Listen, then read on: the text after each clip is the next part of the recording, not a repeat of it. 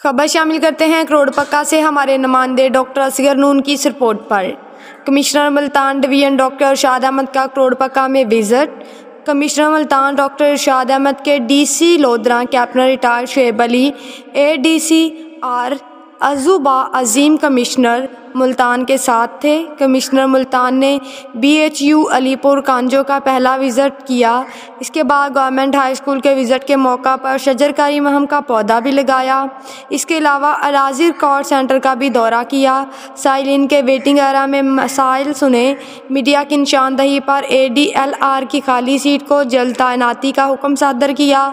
THQ अस्पताल के visit के मौका पर सफाई सुथराई, इमरजेंसी वार्ड, मर्दाना वार्ड को चेक किया। मजीद अस्पताल के इंतजामी अमूर का भी जायज़ा लिया गया।